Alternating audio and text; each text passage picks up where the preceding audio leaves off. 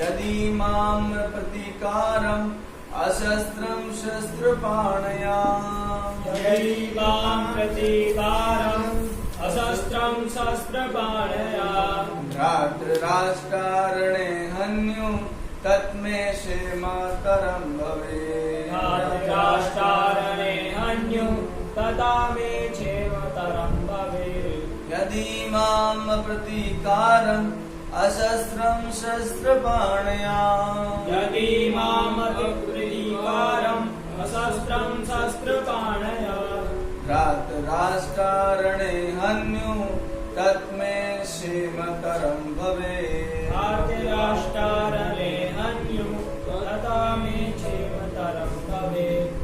तो अनुवाद दोहरा सकते हैं। अर्जुन कह रहे हैं कृष्ण को, कह रहे हैं यदि शस्त्रधारी धृतराष्ट्र के पुत्र यदि धृतराष्ट्र के पुत्र मुझ नियते तथा तथा रणभूमि में में प्रतिरोध न करने वाले को मारे तो ये मेरे लिए श्रेष्ठकर होगा।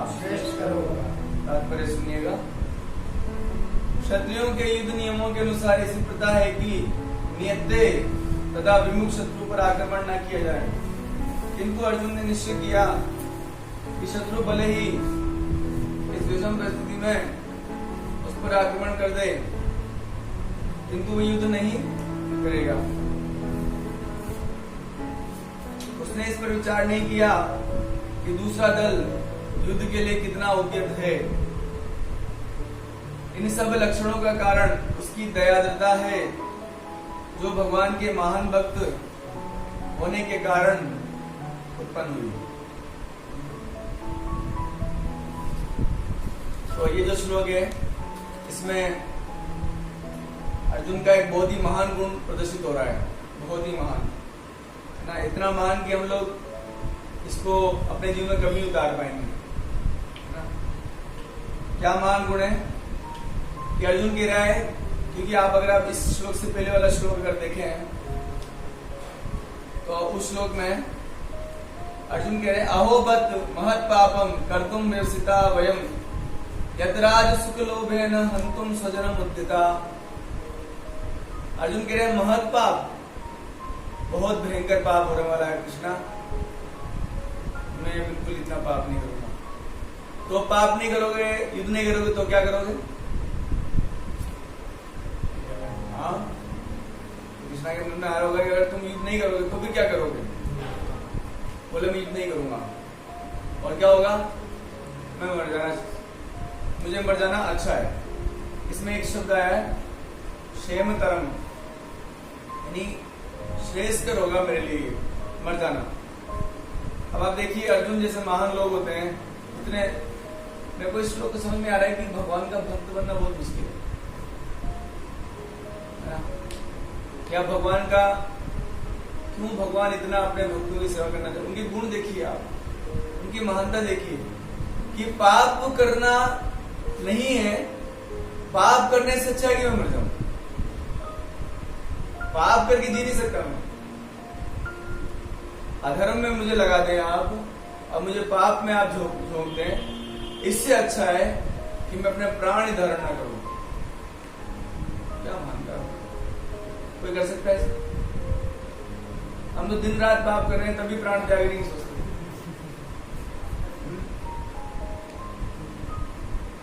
दिन रात पाप कर रहे हैं, तभी और पाप करने के लिए जीना चाहते हैं। रावण को देखिए, कितने पाप कर चुका है, फिर भी वो मरना नहीं चाह रहा, और जीना चाहता है, और जीना चाहता है, और जीना है मुझको। इसलिए तो भगवान राम जब मारना चाहते, नहीं, आप कंस को देखिए, अपने पापा को जेल में डाल दिया, देवकी को मारना चाह रहा था, अनेक काम करना चाह रहा था कंस, फिर भी जीने की इच्छा है कि तुझे मुझे कोई ना मार दे। तो बहुत स्पष्ट रूप से हमें समझ में आता है कि एक भक्त और अभक्त, इन दोनों में क्या डिफरेंस है। भक्त की क्या महानता है और अभक्त का कितना दुष्टता है।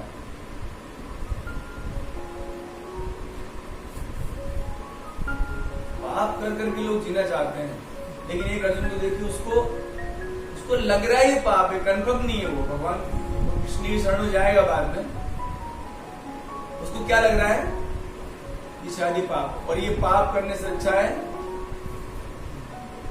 तो कौन कौन रेडी है मरने के लिए? कौन कौन आत्महत्या करना चाह रहा है? तुझे बताओ।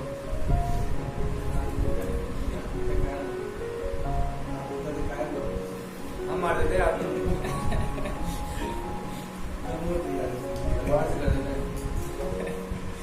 है ना? क्या मानता है इतना किससे भक्त करते हैं ना, इसका मतलब भक्त बने नहीं होंगे। अधर्म और पाप से भक्त इतना डर रहा है करने से, इससे तो प्राण त्यागना है ना, प्राण को त्यागना अच्छा है, लेकिन और पाप नहीं करूंगा, अधर्म के मार्ग में चलूंगा। इसका मतलब समझ रहे हैं? तो भगवान का भक्त बनने के लिए ये भावना होनी चाहिए हृदय में, डरने लगे पाप से। बिना ऑफर कोई आ जाए सामने, भोग लगाओ, बिना कोई चीज खाने की इच्छा हो जाए,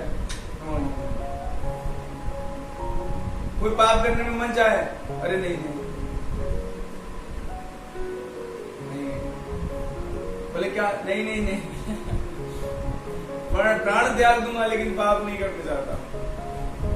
और भगवान पसंद, एक्चुअली भगवान ना तो कौरवों के पक्ष में थे ना पांडवों के पक्ष में थे, भगवान तो धर्म के पक्ष में थे। जिधर धर्म है उधर भगवान है। मुझे समझ नहीं आ रहा अर्जुन, भाई मुझे कई भक्तों मैंने अक्सर सुना सब जगह ये इतने भक्तिमान है, लेकिन अर्जुन के गुणों को जब मैं देख रहा हूँ लग रहा है भैया हमारा कोई नंबर नहीं है हमारा भगवान की भक्ति में। बल्कि भक्ति ठाकुर तो कहते हैं ना बात कि पाप करने में रुचि लेके पाप करता हूं, इंटरेस्ट लेकर। ये पाप है, जैसे एक बात बता रहे थे कि जो जगह मदाई थे चैतन्य महाप्रभु लीला में, वो शास्त्र पढ़ते थे, वेद पढ़ते थे, वेद पढ़ के नोट्स बनाते थे बकायदा। वेद में लिखा, शास्त्र में लिखा हुआ है कि किसी ब्राह्मण की हत्या करने में पाप लगता है, 1 पॉइंट बनाया, मदिरा पीने में पाप लगता है 2 पॉइंट, बोले आज ही करना है, आज एक ब्राह्मण को पकड़ के उसकी हत्या करनी है। पाप करने की इतनी रुचि थी उनकी। तो हम लोग भी कलयुग में उत्पन्न हुए हैं और हमें पाप और पुण्य सिखाया नहीं गया बचपन से, है ना? सिखाया गया नहीं सिखाया गया, ना पेरेंट्स ने सिखाया, ना स्कूल कॉलेज में किसी ने सिखाया, ना कोई दोस्त ने सिखाया। भगवत गीता सिखा दी है, भक्त लोग बताते हैं बस, किसी ने सिखाया नहीं आज। तो हमारा बहुत सारा जीवन तो पाप में ही बीत गया। फिर क्या प्राण त्याग देना चाहिए? नहीं, पाप का प्रायश्चित करना चाहिए, है ना? पाप का क्या करना चाहिए? प्रायश्चित करना चाहिए। प्रायश्चित ये है कि हम लोग हरि नाम जाप करें, क्योंकि युग धर्म में सारे के सारे जैसे कहा भी गया है, हरि नाम में इतने दम है कि वो अनगिनत जन्मों में पाप जितना कर सकते हैं उससे ज्यादा तो नष्ट करने की शक्ति है उसको। कल से जो क्लास में लेंगे उनको सेंटर भेजा जाएगा, ठीक है ना? जो क्लास में ले रहा है वो सेंटर भेजा जाएगा, नया नियम निकालेंगे बेसिक। सजाए काला पानी। ओके, तो यहां पर ये बात महत्वपूर्ण है कि कितना आप अर्जुन की स्थिति को देखिए ब्रो, वो पूर्ण समर्थ है युद्ध करने के लिए। उसको ये भी पता है मैं युद्ध करूंगा तो एक भी नहीं बचेगा। इतना स्ट्रॉन्ग व्यक्ति, इतना ऊपर से इतना स्ट्रॉन्ग दिखने वाला व्यक्ति, उसने इतने महान युद्ध किए, लेकिन अर्जुन ने आज तक कोई युद्ध स्वार्थ के लिए नहीं किया। यानी कि अर्जुन का जो नियत कर्म है, अर्जुन का नियत कर्म क्या, क्षत्रिय है, तो जो नियत कर्म है उसने आज तक अपने नियत कर्मों को अपने स्वार्थ के लिए नहीं किया। ये अर्जुन की दूसरी खासियत है। क्या महानता है। हम लोग तो स्वार्थ के बिना कोई काम करते नहीं। कितना दूर है भगवान से, है ना, कितना दूर है भगवान से। अगर अर्जुन के गुणों को अगर आप देखेंगे तो आपको पता लगेगा हम कितने दूर है भगवान से। हर चीज में स्वार्थ, हर चीज में पाप करने की इच्छा, अधर्म पे चलने की इच्छा, कितना हमारे अंदर अज्ञान भरा हुआ है। सुख पाने के लिए अधर्म मत बोले भी आइसक्रीम आ जाए तो छोड़ो, भोग लगाना, खाओ जल्दी, क्या भगवान खिलाना है। आम आ जाए तो प्रभु एक बार एक आम भोग लगा दो, पूरा टगरी भर के आम रख लो, खा लेंगे। वो भी जैसे जैसे मंत्र पढ़ दिया, वो भी काटेंगे नहीं ना, ऐसे तो भगवान को क्या जरूरत है, भगवान को क्या जरूरत है। कितना पाप भरा हुआ है हमारे अंदर, बहुत पाप भरा हुआ है, इसलिए तो हमारा कुछ हो नहीं रहा है। और भगवान ये भी कहते हैं, इसलिए हम भगवान की शरण में नहीं है। आपको लगता है भगवान की शरण में? मुझे तो नहीं लगता मैं भगवान की शरण में। आपको लगता होगा। भगवान कहते हैं गीता में, नवाम दुष्कृति न मूढ़ा प्रबंधन्ते नराधमा माया प्रज्ञान आश्रम भाव। लेकिन तुमको लगता है चारों में ही हूँ कि मैं इतना दुष्कृति हूँ, मूर्ख हूँ कि भगवान की शरण में नहीं हूँ। कि जो पाप करते हैं ना उनको दुष्कृति कहा जाता है। क्या कहा जाता है? दुष्कृति। असुर है हम, है ना, नराधम है, माया में रहते हैं, माया प्रज्ञाना। क्या भगवान की शरण लेंगे हम लोग? इनकी शरण लेना है। देखो भगवत गीता का फर्स्ट चैप्टर, अर्जुन के गुणों को देखो, तब पता लगेगा कि भगवान का भक्त क्या होता है ना? हाँ लोग इसलिए तो शरण नहीं ले रहे भगवान की। ले रहे क्या? आज जो शरण नहीं ले रहा वो देखो, मैं आप लोग मुझे मत कहना, मैं बस भगवत गीता से बता रहा हूँ कि जो शरण नहीं ले रहा है, ना माम दुष्कृति नो मूढ़ा प्रपद्यन्ते। प्रपद्यन्ते मतलब शरण लेना। हम भगवान की शरण नहीं ले रहे हैं, इसका मतलब हम कौन है? दुष्कृति। हम लोग पाप कर्म में इतने लिप्त हैं कि भगवान की शरण ले नहीं रहे। सिंपल कनेक्शन है। जो दुष्कृति है वो शरण नहीं लेगा, जो पाप कर रहा है वो शरण नहीं लेगा। इसलिए रावण ने शरण नहीं लिया, विभीषण ने ले लिया। समझाया था, किसने नहीं समझाया? मंदोदरी ने समझाया, उनके पिता ने समझाया, रावण के पिता ने समझाया, है ना, विभीषण जी ने समझाया, और इसका क्या नाम था तो सोता ज्यादा सोता था, कुंभकर्ण ने समझाया। शरण क्यों नहीं लिया? पाप कर चुका है, इतने पाप कर चुका है कि भगवान की शरण नहीं ले रहा।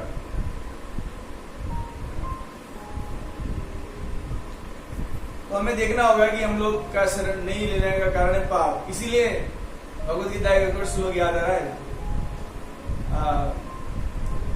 ये शाम तो अंतगतम पापम। ये शाम मतलब जिनके अंत हो चुके हैं पाप, जनानाम पुण्य कर्मणाम, इनके बचे हैं पुण्य, उनका क्या होगा?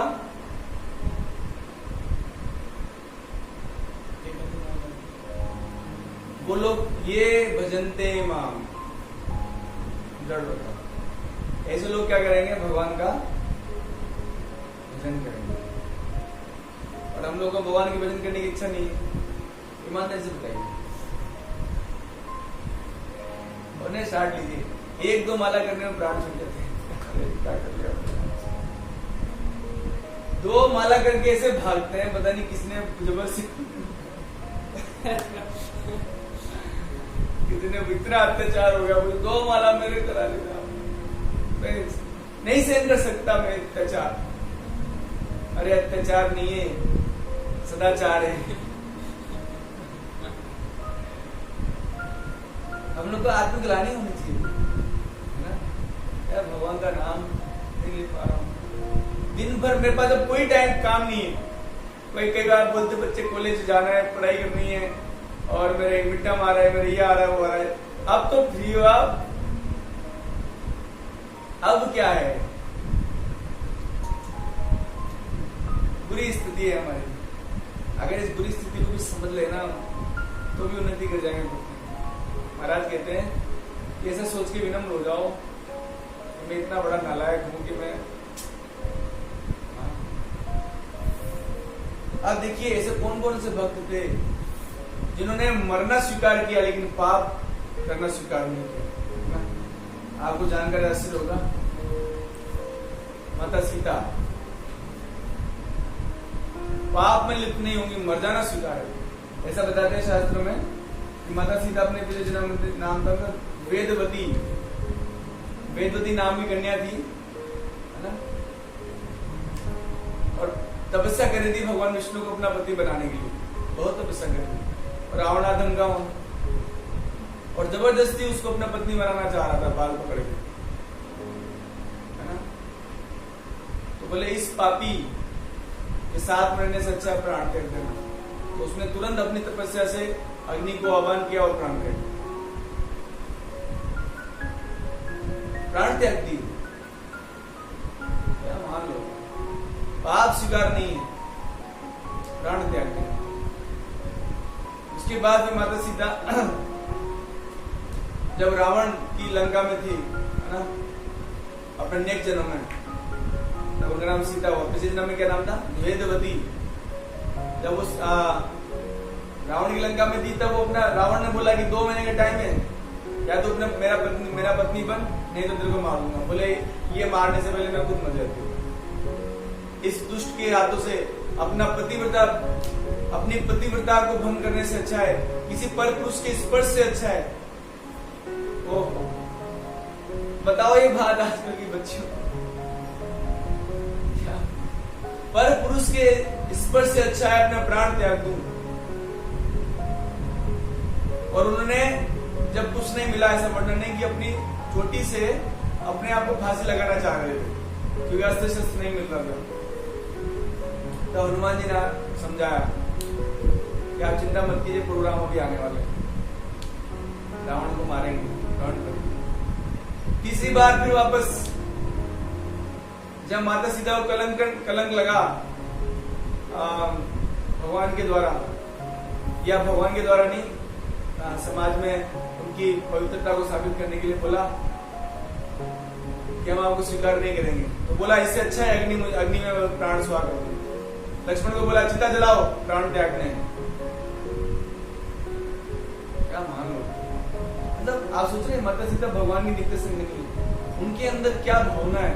इसका मतलब ये भी समझिए कि हमको नित्य संगी बनना है ना भगवान का, अगर तो हमारे अंदर पाप से और धर्म से बचने की तीव्र भावना होनी चाहिए। तीव्र भावना इतना कि अगर पाप करने की इच्छा हो तो बोले प्राण त्याग दो, और किया भी है।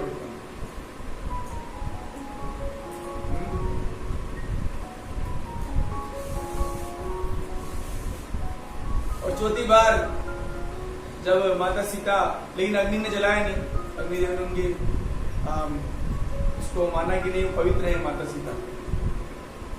और चौथी बार फिर प्राण त्यागना चाह रही थी जब भगवान राम ने त्याग दिया था। जब भगवान राम ने माता सीता को त्याग दिया, निर्जन वन में भेज दिया, जब वाल्मीकि आश्रम माता सीता जा रही थी तब फिर प्राण त्यागना चाह रही थी, नहीं, लेकिन गर्भवती थी इसलिए त्यागा नहीं। और अंत में माता सीता ने जब लोग कुछ बड़े हो गए थे तो फाइनली प्राण त्यागी थी। मान लो, हम लोग इतने मान गए। दूसरा वर्णन आता है माता रुक्मिणी का। बोले शिशुपाल से शादी कराएंगे तेरी। उनका भाई रुक्मिणी बोले नालायक से, अधर्मी से, पापात्मा से, अगर कृष्ण तुम नहीं आए तो निश्चित आत्महत्या कर लेंगे।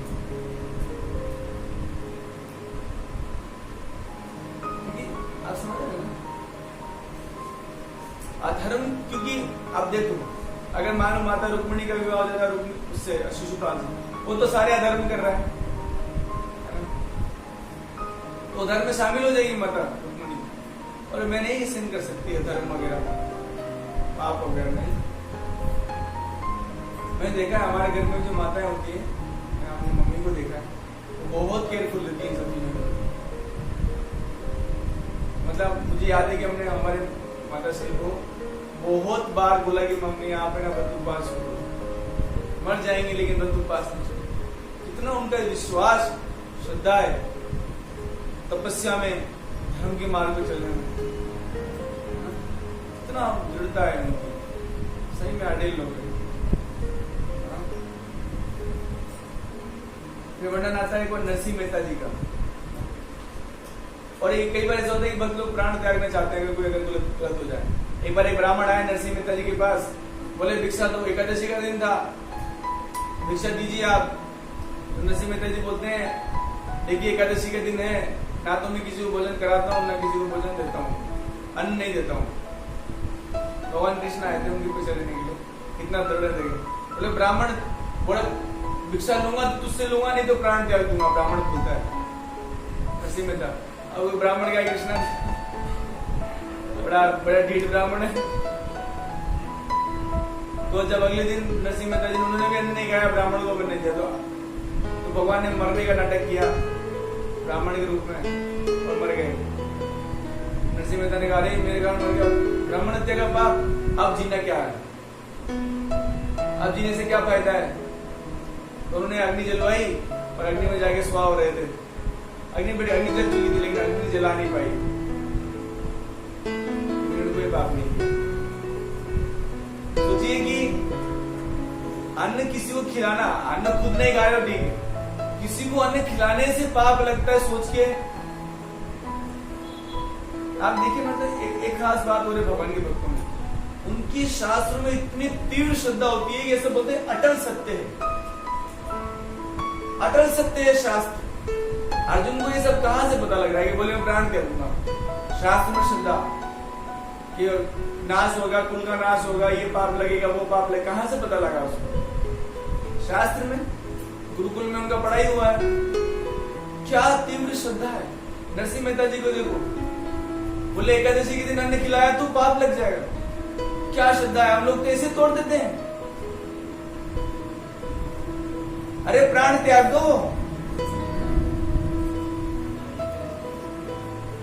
तो हमारे प्रभु जी बोले मुझे एकादशी के दिन प्राण त्याग दूंगा। प्राण त्यागना अच्छा है एकादशी के दिन अन्न खाने से। और देख लीजिए नरसिंह मेहता जी ने क्या उनकी, हम लोग बहुत बेकार लोग हैं, मुझे खुद को अपने आप पे सोचता हूं। शास्त्र में क्या श्रद्धा है इनकी,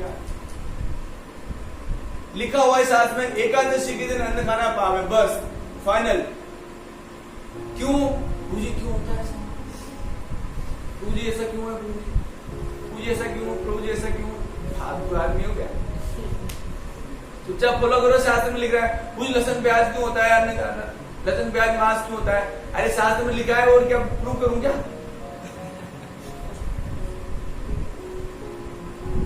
ये जो हमारे शास्त्र में श्रद्धा है ना, ये पाप के कारण है। इतने पाप कर चुके हैं कि शास्त्र में श्रद्धा ही नहीं है। लिखा हुआ है तो बस काम खत्म, that is called Shraddha, final. भगवान ने कहा भोग लगाया नहीं खाएगा, पाप खाएगा, तीव्र श्रद्धा होनी चाहिए। बोले प्राण त्याग दूंगा लेकिन भगवान को भोग लगाया नहीं खा सकता। देख लीजिए नरसिंह मेहता को, देख लीजिए, बोले अब तो ब्राह्मण थे, मैंने इसको नहीं दिया ना, प्राण चले गए, अब मैं भी मरूंगा।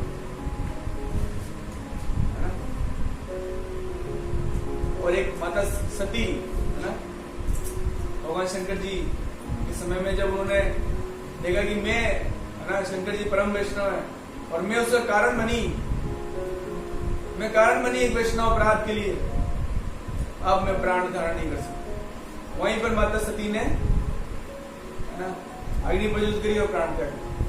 और अगले दिन में हिमालय की पुत्री, उसका नाम क्या था, पार्वती, पर्वतों की ना, पार्वती से मतलब पर्वत की जो पुत्री है पार्वती, ये लोग मरने से डरते नहीं, पाप से डरते हैं, अधर्म से डरते हैं, लेकिन मरने से।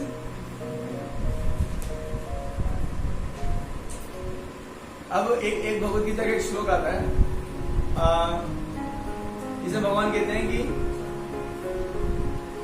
अघायु इंद्रिय आरामो मोगम पार्श्व जीवति।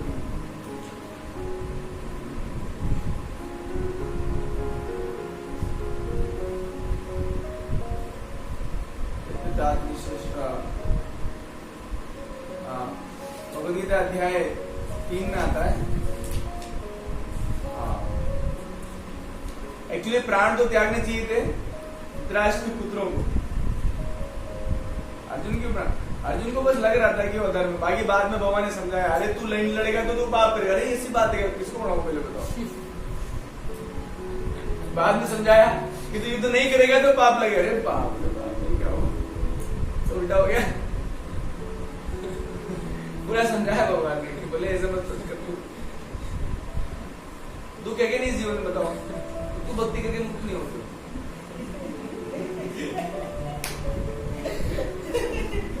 दुखी रहोगे क्या? क्यों नहीं मुक्त हो रहे हो?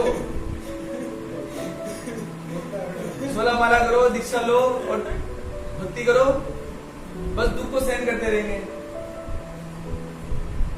क्या हो जाएगा? अगली बार अगला फिर नया शरीर, फिर उसमें कोई और प्रॉब्लम। शरीर, ये भौतिक शरीर का मतलब ये है जिसमें व्याधि होती है कोई।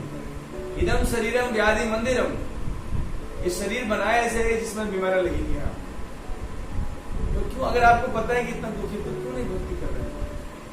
अपने पर तरस नहीं आता? तरस आना चाहिए। मैं यहाँ पढ़ा हूँ, यहाँ पर कभी बीमारियां होती है, कभी बुढ़ापा होता है, कभी ये दुख दे रहा है, कभी वो दुख दे रहा है, कभी गर्मी, कभी सर्दी, कभी ये परेशानी, कभी वो परेशानी। अरे यार निकलो यहाँ से, क्यों पड़े हो यहाँ? हाँ, तो ये इस श्लोक से पता लगेगा। भगवान तीसरे अध्याय के 16वें श्लोक में कहते हैं, एवं प्रवर्तितम चक्रम नानुवर्ती अघायु इंद्रियारम्भम मोग पार्श्व जीवति। इंद्रियों को आराम देने के लिए लोग जीवन जी रहे हैं, और क्या कर रहे हैं? अघ आयु, अपना जीवन में पाप के अकाउंट को बढ़ाते जा रहे हैं। अघ मतलब है ना, क्या होता है? अघ मतलब पाप, और अनग मतलब जो पाप नहीं कर रहा। भगवान ने सिर्फ अर्जुन को बोला अनग, एकमात्र व्यक्ति जिसने कोई पाप नहीं किया अपने जीवन पूरे लाइफ, इसलिए अर्जुन को बोलते हैं अनग, है ना। और यहाँ पे देखिए अघ आयु, क्योंकि आयु ही पाप में बीत रही है, इसलिए अर्जुन जल्दी से दुर्योधन को मार, नहीं तो उसकी पाप बढ़ रहा है यार। वो पाप का अकाउंट बढ़ा रहा है, उसको निपटा।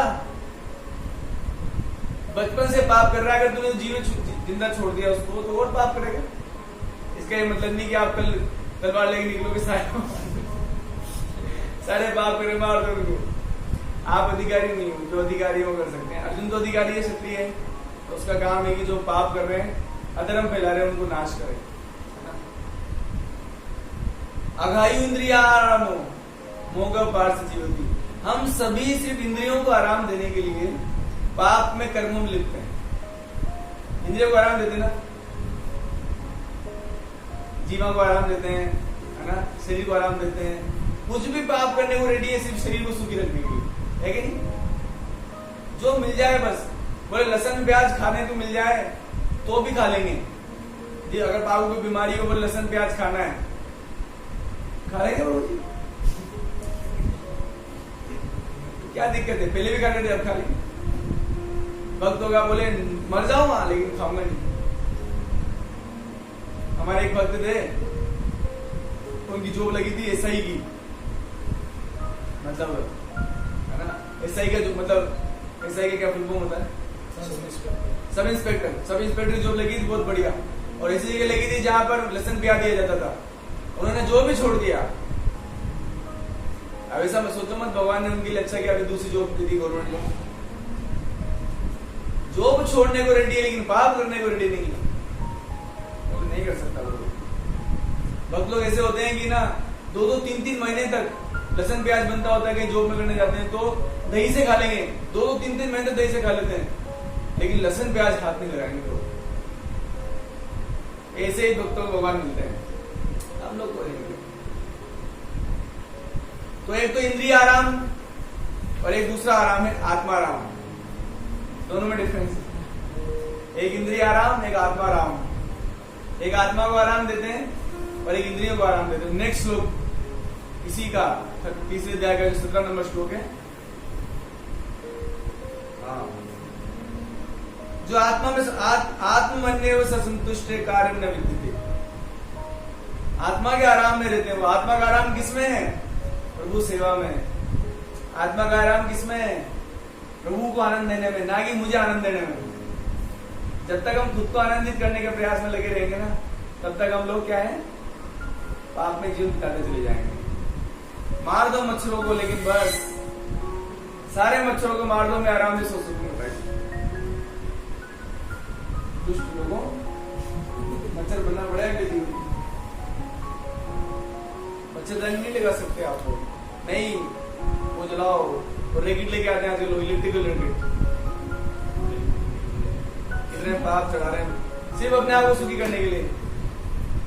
लेकिन इसका मतलब समझ लीजिए कि हम लोग किसी भी तरह से इस समय तो भगवान के लायक नहीं, किसी भी तरह से। ये सारी बातें इसमें कही गई और अर्जुन कह रहे हैं पाप नहीं करूंगा, अधर्म में नहीं जाऊंगा, मर जाऊंगा लेकिन। और बोल रहे हैं, जब कोई श्लोक में डिक्लेयर कर दिया उन्होंने, क्या ना डिक्लेयर, क्या बोलते हैं अर्जुन, क्या बोल रहे हैं श्लोक में?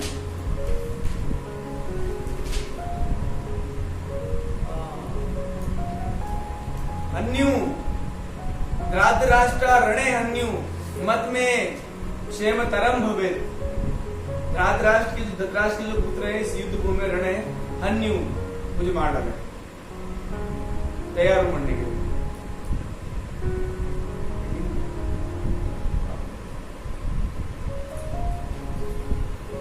बहुत महत्वपूर्ण है मुझे भगवद्गीता फर्स्ट चैप्टर।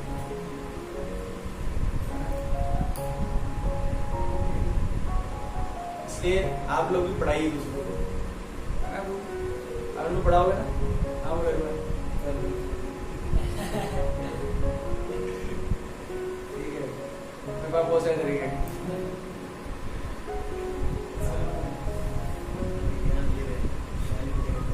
क्या अच्छा ज्ञानी हो कि अपने आप ज्ञानी समझते हो? नहीं, इसको करने से ज्ञान है। क्योंकि ये क्या है, एक बात आपको बताऊं, महाराज बता रहे थे एक बार कि भक्ति का अधिकारी कौन है, किसको भक्ति, कौन भक्ति कर सकता है?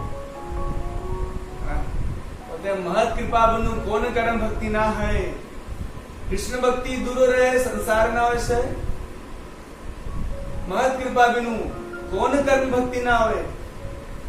जब तक महत लोगों की कृपा नहीं होगी हम पे, तब तक हमारा सब बेकार है, सब बेकार है, हमारा साधना बेकार है, सब बेकार है। 64 माला करते रहो, 128 कर लो, 500 माला कर लो डेली की, कोई भक्ति उत्पन्न नहीं होगी हृदय में। लेकिन एक भक्त का कहना मान लो, महत कृपा, महत मतलब भगवान के जो भक्त, कृपा जी हमारे कम से कम महाराज विष्णु महाराज, वो कहते हैं अजब मुझे से नालायक को महाराज भक्ति में लगा सकते हैं या गीता पढ़वाने में लगा सकते हैं, तो आप इसे क्यों सोचते हो? हम सभी नालायक हैं, लेकिन महाराज की बात मान के ही तो लायक होंगे। वो मुझे कैसे समझ सकते हैं कि मैं लायक हो गया भक्ति के? मैं तो अभी भी नालायक हूं, बताओ। तो इसका मतलब महाराज की बात नहीं मानू, मानना चाहिए, क्योंकि यही एक मार्ग है। महत कृपा बिनु कौन कर्म भक्ति ना है, कोई भी कर्म आपको भक्ति नहीं करवा सकता, हिम्मत नहीं है। मैं सच बता रहा हूं, जो लोग कनेक्ट है ना भक्ति से, जो लोग मतलब महाराज के थ्रू हमसे कनेक्टेड, वो लोग भक्ति कर पा रहे हैं, बाकी सबका माला छूट गया है। क्यों? क्योंकि I am only a medium. जो महाराज की कृपा उससे होता है, जो तभी माला होता है। तो इसलिए हम लोग को दूसरों को भी गीता पढ़ाना चाहिए, क्योंकि ये हमारे आचार्यों का आदेश है, क्योंकि ये हमारे महाराज जी का आदेश है, क्योंकि ये भगवान का आदेश है। हमारा आज्ञा गुरु भैया, मेरी आज्ञा है। भगवान चैतन्य महाप्रभु कहते मेरी आज्ञा है, गुरु हो जाओ। बोले गुरु कौन होता है? गुरु होता है जो भगवान गीता में से बताता है, जा रहे देखो तारे कहो कृष्ण उपदेश, जिसको देख दो कृष्ण उपदेश करो। अब आपको तो लाके दे रहे ये है लड़का, इसको तुम तो ढूंढोगे नहीं, ये है लड़का, इसको गीता पढ़ाना। प्रभु मैं कैसे पढ़ाऊं? सिर्फ फोड़ लो गई, बताओ हाथ हो गई, मतलब आपको पकड़ बोले लड़का तैयार है, आप तैयार नहीं हो रहे, फिर भी हमारे साधु की इतनी कृपा है, हम तैयार नहीं फिर भी आपको तैयार करेंगे। यही तो उनकी कृपा है, यही तो उनका लगाव है ना। साधुओं का एहसान को कभी कोई चुका नहीं सकता।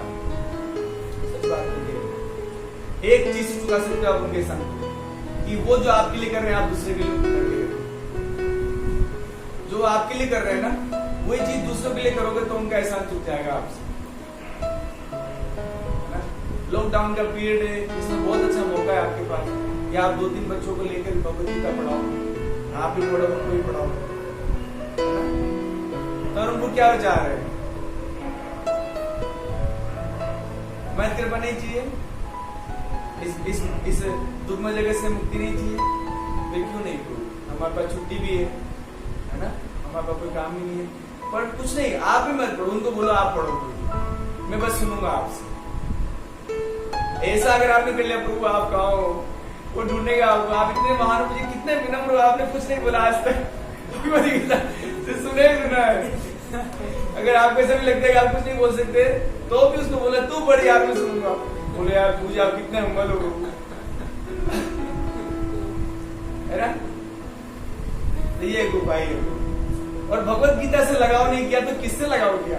जब तक आप भगवत गीता से लगाव नहीं करेंगे ना तो भगवान से बहुत दूर है हम लोग, और भगवान से अपने आप दूर नहीं करना है आपको, है ना दीपक गुरु? हाँ ठीक है। आप सभी का बहुत धन्यवाद। आपके लिए महामंत्र हरे कृष्ण।